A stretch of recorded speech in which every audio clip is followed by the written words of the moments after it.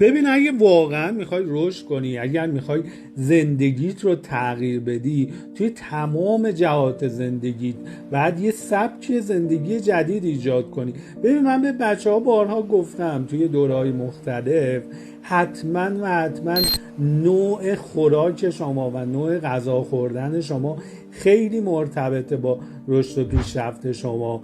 به شما انرژی بیشتری میده غذاهایی که سالم باشن، خوراکی هایی که مناسب بدن شما باشن.